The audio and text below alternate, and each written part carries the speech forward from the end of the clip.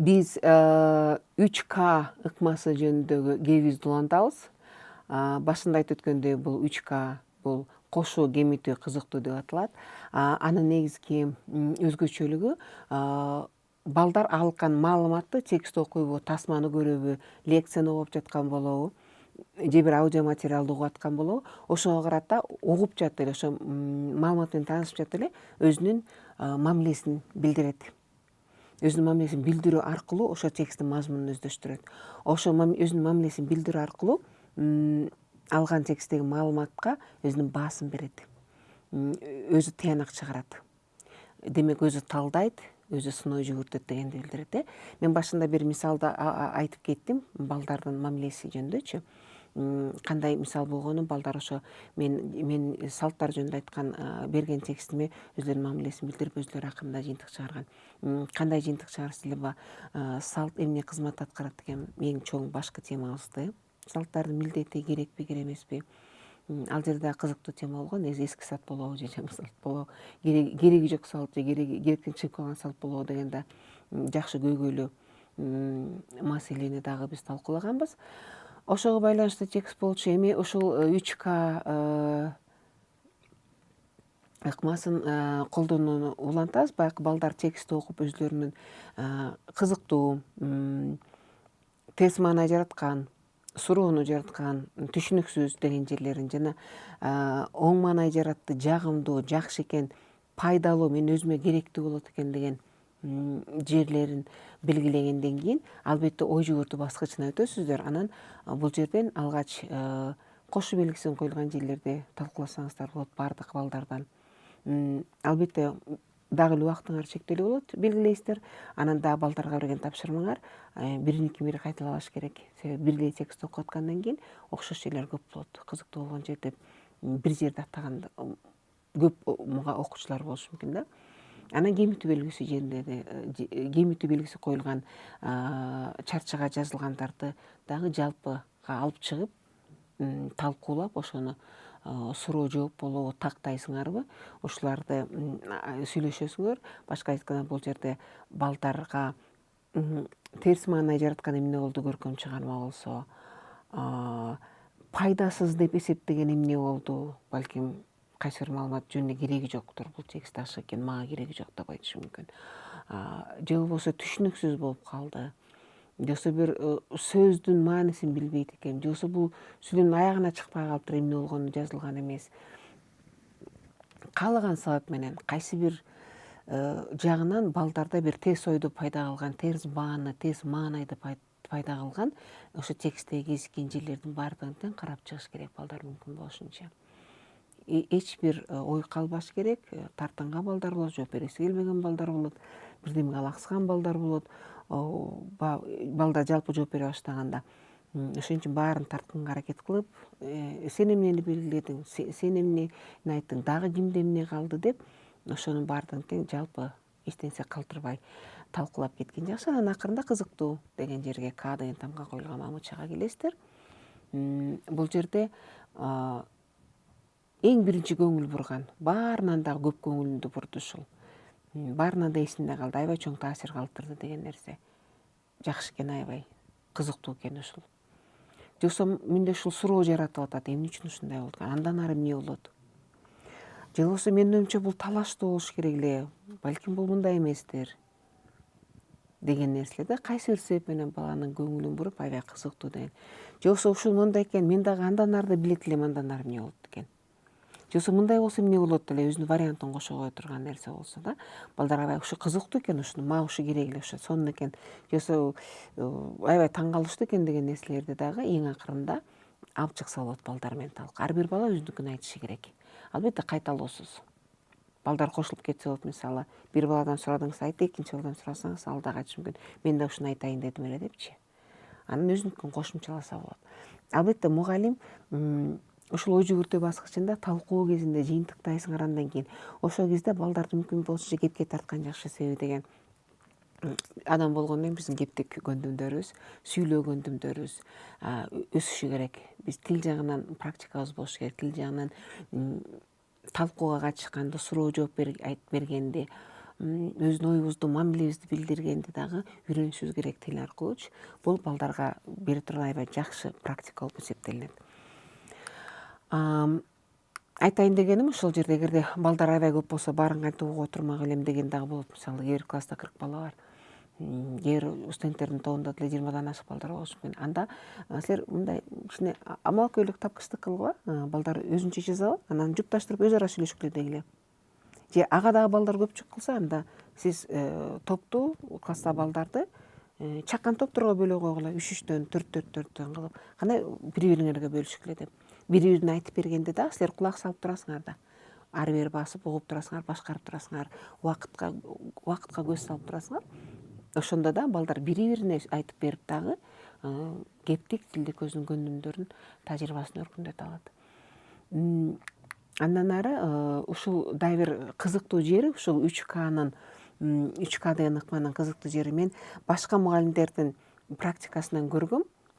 Чет элдеги мугалимдердин дагы, бизде да жергиликтүү мугалимдердин да бир мугалимдикин көргөм. Бүтүндөй сабакка баа берүү максатында да колдонсо болот. Мисалы, мен сабак өтүп атам, ушу топ менен иштеп атам, ушу класс менен иштеп атам, балдар макул эле жасап атат. Бирок балдардын ушу сабакка болгон мамилесин мен билбейм.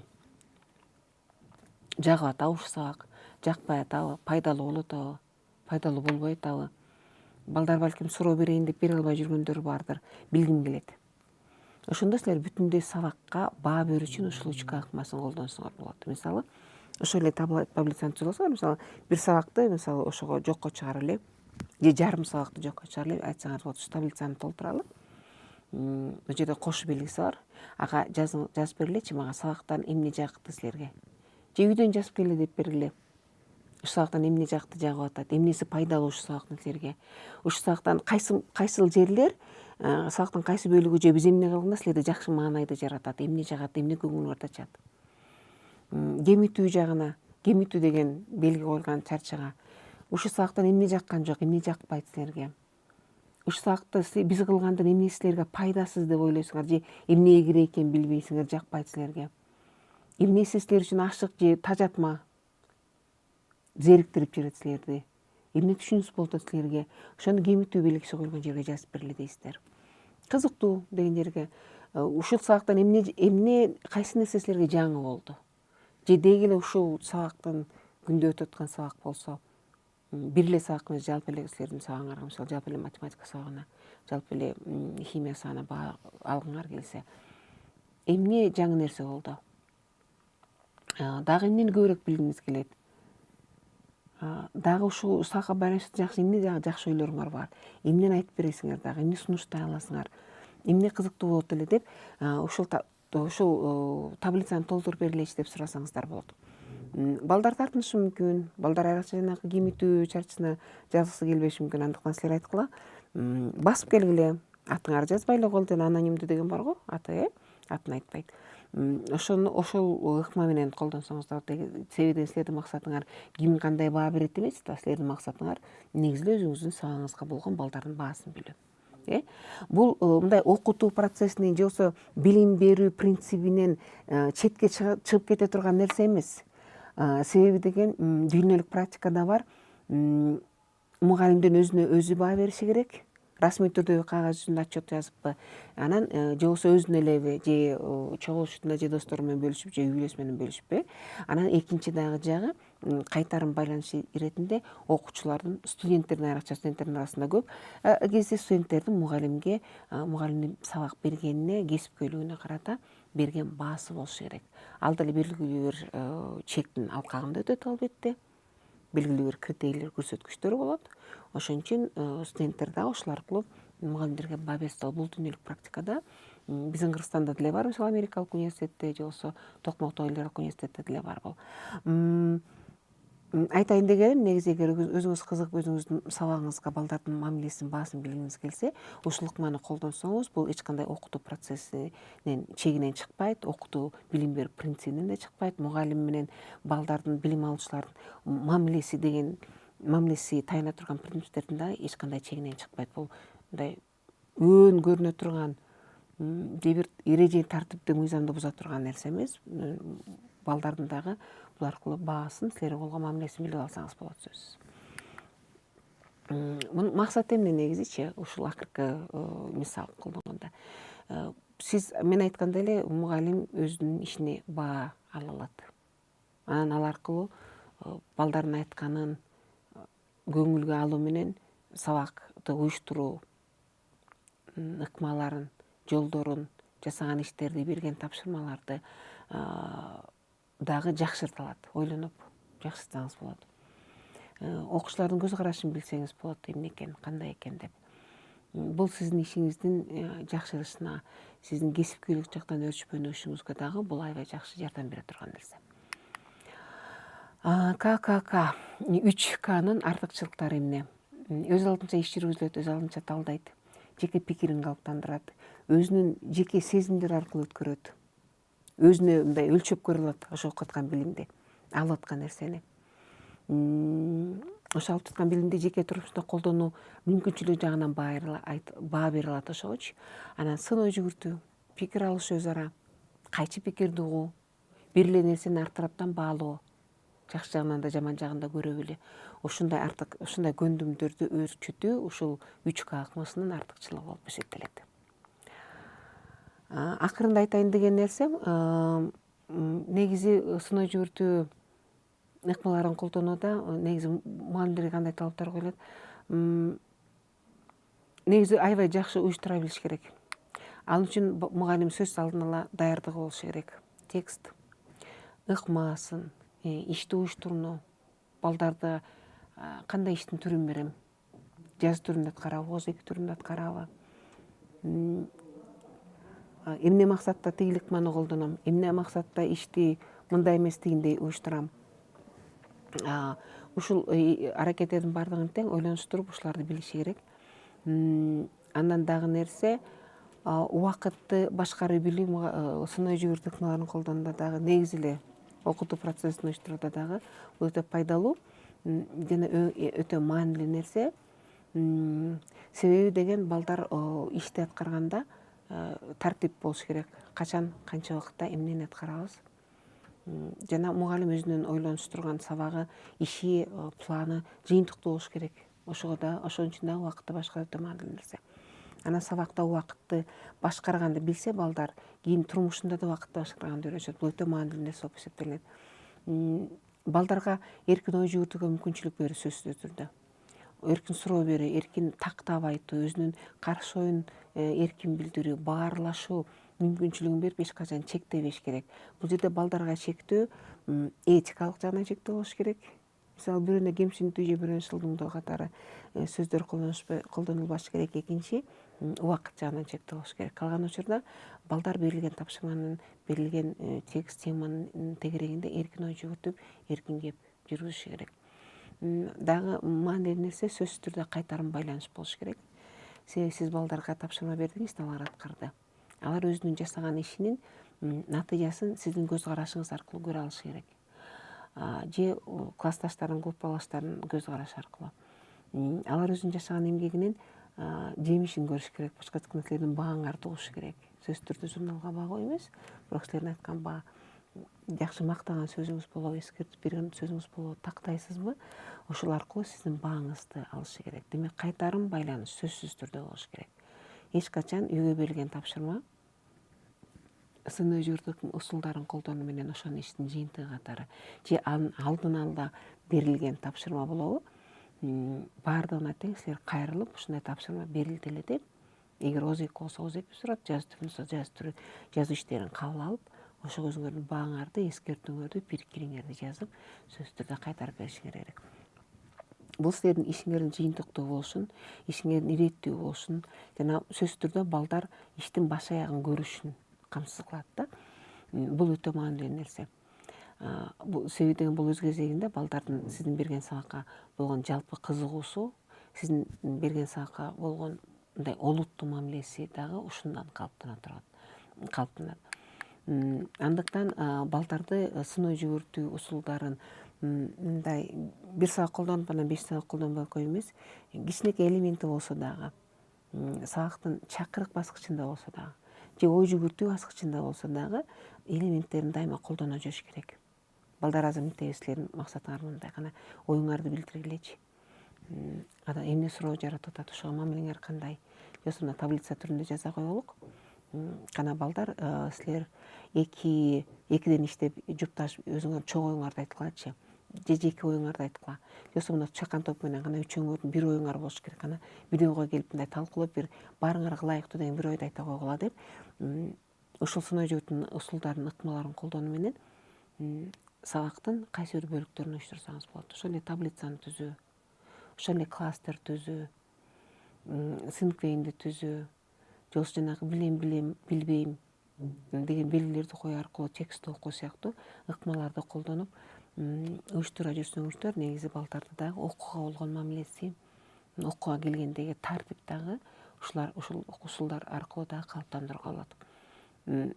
Жана акыркы нерсе, мен ода кылгам, балдарды чакан топторго бөлүп кантип бөлөм деген да суроолор болот да. Түрдүү ыкмалары көп. Эгерде балдар чакан болсо, же убактыңар мүмкүнчүлүк берсе, мисалы биринчи, экинчи деп санашкыла, экиден бөлүңөр десе, биринчи, экинчи, үчүнчү деп санашкыла, биринчилер бул жака топко бөлүнгүлө, экинчилер экинчи топко болсоңор, үчүнчүлөр үчүнчү топко болсоңор деп бөлсөңүздөр болот.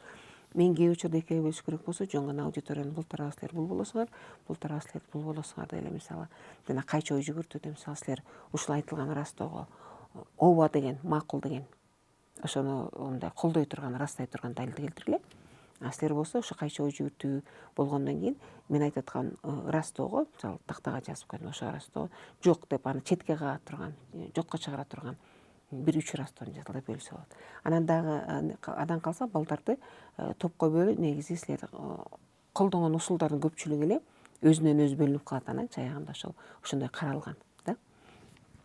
Бул негизи мугалимде дагы бир жолу кайталай турган нерсе, мугалимдин сабакты уюштурууда алдын ала жакшы даярданып, жакшы ойлонушу өтө көп, чоң ролду ойнойт да. Ошол аркылуу силер балдарды топко да бөлүштүрө аласыңар, ошол аркылуу балдарды да башкара аласыңар, ошол аркылуу убакытты да башкара аласыңар, ошол убакытта балдардын жыйынтыктуу ишин да көрө аласыңар. Ошол аркылуу ойлонуп, мындай пландап түзүп алсаңыз, балдарды кайтарым байланышты дагы сөзсүз жасай аласыңар.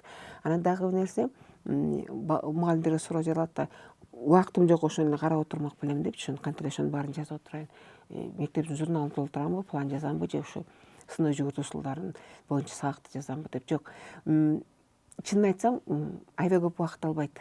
Себеби мен өзүмдүн практикамдан, анан мага да устат болгон жакшы мугалимдердин дагы, орус тилин сабагын берген, кыргыз тилин сабагын берген жакшы мугалимдердин дагы тажрыйбасынан билем. Бирөө айткан, мисалы мен троллейбуста кетип баратып деле ошону ойлоно берем, мынтем анан мынтем депчи. Же бир башка иш жасап деле ошону ойлоно берем, тамак бышырап деле ошону мынтсем болот, ийинтсем болот депчи. Анан дагы аябай көп маанилүү нерсе мугалимдин өзүнүн тапкычтыгы, чыгармачылыгы, тажрыйбасы.